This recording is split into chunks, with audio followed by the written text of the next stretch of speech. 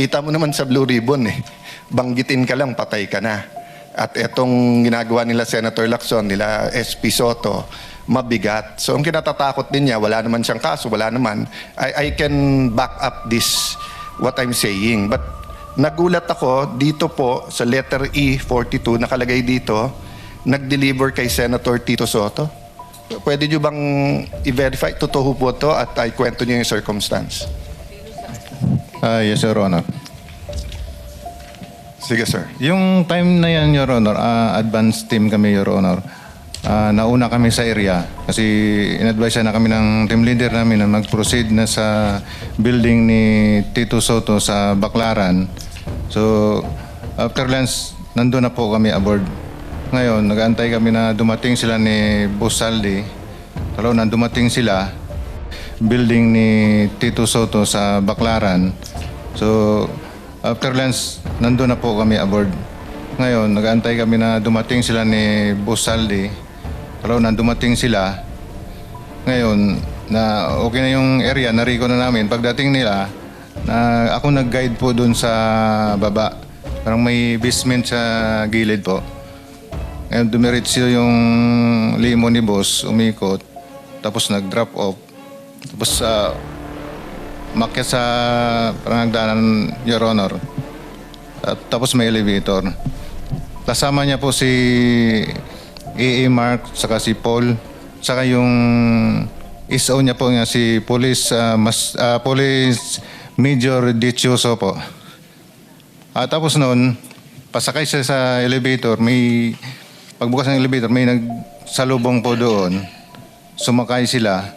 Tapos yung malita po na dala po namin, nadala po ng mga kasama ko, tulak-tulak po nila yung dalawa, hinabol ko yung dalawa at sinambay po sa elevator. Tapos yung the rest po na ibang malita, hindi po nakahabol. Nauna na po, akyat sa taas po. Anong dineliver nyo? Pera? Pera po. Alam mo magkano? Large po, malaki. Large? Ang large usually, ang laman ay... 40 to 70 po. So ilan ang dineliver? Mga 40 to 70 po yung... So isang laman. maleta lang? 5 po, 5. 5 maleta na Opo. tig 40? Yes, Your Honor. Yeah. So more or less, kailan to? Again, Your Honor. More or less, kailan? Kailan? When? Year 2024 po, bago mag... Campaign period? Yes po. Okay. So, kaya ko to tinatanong dahil mabigat sa akin to dahil nga pinaniniwala natin yung Blue Ribbon Committee na pinamunuan ni Senator Lacson, but everyone knows magpartner talaga yan si Senator Tito Soto and Senator Lacson, no? Not partners in business but partners in politics, no? And then dun sa susunod na paragraph pero walang pangalan kung sino, nandito din pangalan ni Senator Erwin Tulfo na pinapangalan nilang susunod na chairman ng Blue Ribbon Committee kung sila masusunod. Sinong may alam nito? Dito po si... So, babalikan kita, sir, ha, dun sa details kay Senator Soto. Kay Senator Tulfo? Ako po, magandang umaga po, Your Yes. Honor. Ako po yung involved doon kay Senator Erwin Tulfo. Sir, pangalan tapos pakikwento na lang yung circumstance. Ako po, sir, si Bernard Gumban. Bali po, nakapag-deliver po ako doon kay Senator Erwin Tulfo ng 2 beses. Yung una po, 2 maleta, tapos yung pangalawa po, 6. Ano yung 2 maleta? Anong size? Maliit lang po, small tsaka medium siguro. Small. Ano ulit laman ng small? Nasa 20 to 25. Okay, and then medium? Yung medium po, Ay, medium ata yung 20 to 25, no? Tama ba? maliit po. Yung small po, Okay, tapos yung medium.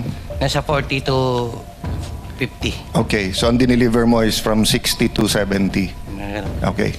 Tapos yung pangalawang beses po, Your Honor, 6 na malita na po. 6 na gano'ng kalaki? Halo-halo po. Halo-halo na. Opo, So, Your Honor. Your Honor. even assuming small lahat, kung 6 sa 25, at least 150, no? At least. Oo. Yes, Saan ng first at saan yung second delivery? dito sa may bahay niya po, Your Honor, dito sa Green Hills. Green Hills. Paano nyo alam na bahay niya yun? Tinanong ko po si Mark Tiksay, Sabi ko, Boss Mark, kaninong bahay po ba yun? Sabi niya kay Senator Erwin. So pagdating nyo doon, katulad nung kwento doon sa Ilocos, so may sumalubong, kinuha lang, pinapasok kayo, paanong... Bali po, Your Honor, si Mark po, tsaka si Boss Mark, si Mark Tiksay, tsaka yung contact doon sa bahay ni Senator Erwin, sila po yung nag-uusap niyan. Tapos pagdating po doon sa bahay, ibababa po namin yung mga malita, tapos ihatid doon sa loob. Yung nagre-receive na po yung si Boss Mark na po, tsaka yung nagre-receive yung bala. So hanggang saan ka nakapasok? Nakapasok po ko doon, yung bahay po may basement eh. Hanggang sa ano lang. Yung basement, Pababa. kasama kotse or bababa? Hindi po, Your Honor. Yung malita po, Yung maleta. Tinulak So yung ko kotse, sa parking lang kayo? sa labas lang po ng bahay. Tapos nadala yung maleta hanggang sa basement? Papasok lang po kasi may sumalubong na po doon eh. Yung, Okay. yung ano So po kung yun. halimbawa dadala namin kayo dun sa mga lugar na sinasabi nyo, matuturo nyo na ito yung bahay tapos Yes, masasabi Your nyo Honor. dito yung basement. Yes, sir. Yes. Third lang, nagulat lang ako sa mga pangalan na to. Letter J, Franz Castro. Nasa Progressive Black to at nandito siya nung Martes. Martes at basta this week nandito siya eh. Sino may alam nitong kay Franz Castro? Nasa paragraph 43. Tapos Leila de Lima. Tapos may nakalagay dito sa Polo Club na bigay. Sino po dito? Nagugulat lang po ako kasi traditionally ang anti-Marcos, yung progressive groups and yung Dilaw at Pink. Pero recently sa nangyayari sa Senate, Marcos na rin eh. But biglang nandito mga pangalan nila. Again, that doesn't mean this is true. That's why I want to find. Sinong may alam nung kay Leila de Lima at saka kay Franz Castro? Mga kongresista. Si Franz Castro, Your Honor, laging ka-meeting niya nila Boss Saldico sa opisina niya doon sa Congress po at saka sa Okay. Townhouse. Then pagkatapos po ng meeting nila, paglabas po, may mga bit-bit na po yan silang mga paper Pag bag. sinabing sila, sino pa usually kasama ni Franz Castro? Not necessarily sa pera, sa meeting. Yung babae rin yun na Your Honor, yung lagi niya kasama. Tatlo yan sila, Your Honor, kasama si Raul Manuel at saka yung isa pa. Si Franz Castro at saka si Brosas, Your Honor. Okay. How about yung kay Leila de Lima? Sinong may alam? Si Laila de Lima po, lagi po yan sa Townhouse. Ka-meeting po sila boss. Then, pagkatapos po niyan, ganun din po, may dala-dala na rin po yan. Kuha niyan, Your Honor, Quadcom hearing. Kailangan nating i-clarify muna, no? Kasi yung pagkabanggit nyo kay Congresswoman Laila de Lima, kasama siya sa mga congressmen ng 19 Congress. Hindi pa siya congresswoman noon eh. Yan Bakit nga. siya kasama rito doon sa listahan ninyo sa paragraph 43? Yun po yung, siguro po may lapses po kami dyan kasi, Your Honor, nung Napagkamalan nyo siyang congresswoman noong panahon na yon? Nung congresswoman, nung panahon na yun, Your Honor, hindi pa po siya kongresista.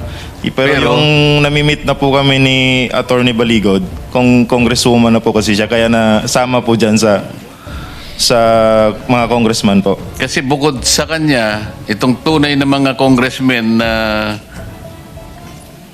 nilist down nyo sa paragraph 43, babanggitin ko na, salita nyo naman ito eh.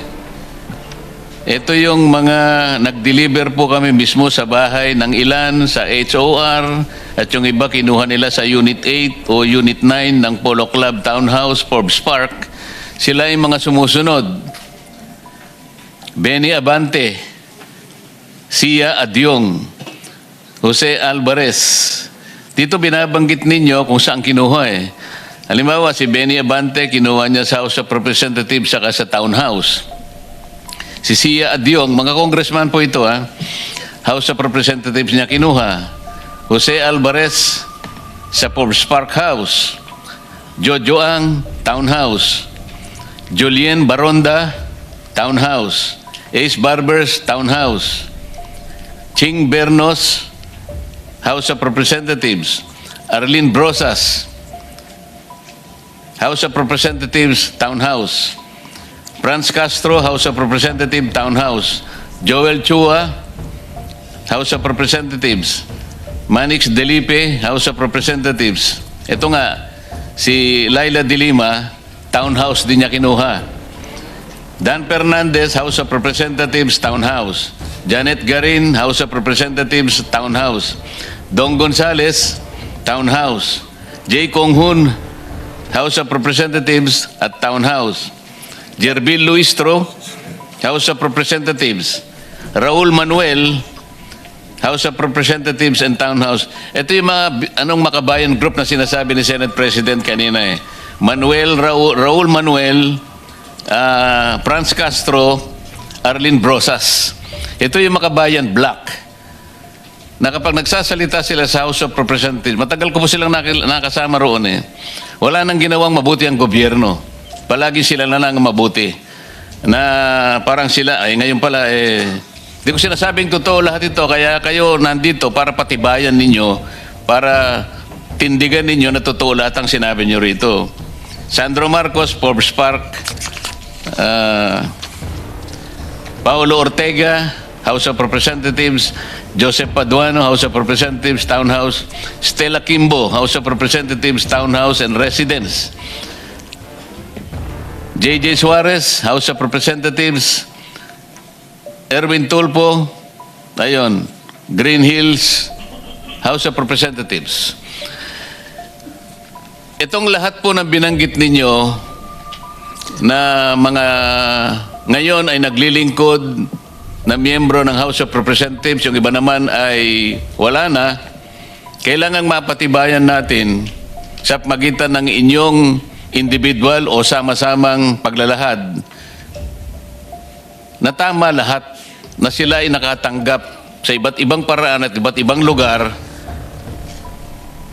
ng salapi na kailangan nating mapatunayan ngayon. Na itong mga taong binanggit natin ngayong umaga, sapagkat ito naman ay nasusulat sa inyong pinagsama-samang salaysay, merong mapagbabatayang... Ito po noong April 8, Tuesday po ito, may nag-text yung si Police Captain Alvin Nugid, yung parang team leader po nila. Sabi niya, Franz Castro, saka Arlene Brosas, dito na sila, sir. Tapos may sagot, sir, may kasama pa daw sila, continue daw. Pabato na lang, sir, sa tropa, sa baba. And then may naipasa rin nga sa akin na isang picture ni Congresswoman Brosas doon sa opisina ni Congressman Saldico. No? So si Congresswoman... So lahat ng nabanggit nating mga public figures ngayon, merong mga confirmatory na ebidensya sa chat ninyo, kung hindi man litrato, confirming that all of them Opo, receive these kickbacks. yung pag-receive po ng kickback, sabi ko, pinapadala sa chat group nila. Yun nga, merong Oo. coverage na chat group report, kung ano man ang tawag ninyo, para mapatunayan nating isa-isang mga ito na nakatanggap ng kickback. Hindi po exactly na one-on-one correspondence po, no? Dahil yung iba po na na-capture nila sa screenshots, through screenshots, nakuha po sa telepono ng iba. Pero may naiwan din po sa iba na maibibigay po namin sa inyo. I think ang ibig sabihin ni Chairman, katulad nung nagtanong ako kay Senator Tito Soto, allegedly, sinagot nung tatlo na, or dalawa-tatlo, nung tinanong ko kay Senator Erwin. So I think kung sino lang may personal knowledge dun sa iba. But just one comment lang, Mr. Chair, and appeal to sa Armed Forces of the Philippines. Alam nyo po, hindi biro po yung namamatayan ang sundalo. Akala natin pag namatayan yung sundalo, kompleto yung pondo para sa kanyang byuda, or kung babae siya para sa kanyang nabyudo at yung mga anak, no? Remember, kung namatayan ng tinyente, hindi makukuha nung kanyang byuda yung sweldo na bilang colonel or bilang general. I mean, and yung anak, hindi na makakausap yung kanyang tatay o nanay. The reason why I say this is because yung progressive group have been consistent in trying to get the NTF-ELCAC abolished. And they have been very consistent na dapat walang mga pondo para sa ilan mga lugar sa Pilipinas at NTF-ELCAC, marami silang accusation dito. So napakasakit naman kung nasa gobyerno pala ginagamit yung nakaw na pera para bigyan tong mga individual na to, tapos mga individual na to ay ina-advocate na mawala yung NTF-ELCAC na kung saan tuloy-tuloy po ang mga casualty ng mga alagad ng batas, maging pulis yan. So, right now, I don't know kung may susunod sa amin kapag nagbigay kami ng directive, whether sa Ombudsman, DOJ, or AFP. But ako, sa mga nakikinig sa AFP ngayon, lalo sa intelligence, i-verify nyo rin to. Kasi para tayong loko na kayo, inuutusan namin na ipagtanggol ang bansa laban sa armed conflict, laban sa napakatagal ng laban sa armed conflict sa ilan mga komunista. Tapos yung pala, tayo din, sa buwis din pala natin pinopondohan yung mga advocate na itigil nyo naman yung laban. Di ba parang the right hand is saying, alay mo buhay mo para sa bansa. Yung kaliwang kamay naman, nagbibigay ng pera dun sa lumalaban. So it's just crazy, Mr. President. So I hope the AFP intelligence look into this. This is not just a matter of truth in the sense of anti-graft and corruption. This is a matter of survival, of existence, of life or death sa ating mga alagad ng batas, sa ating AFP at PNP. Thank you, Mr. Chairman.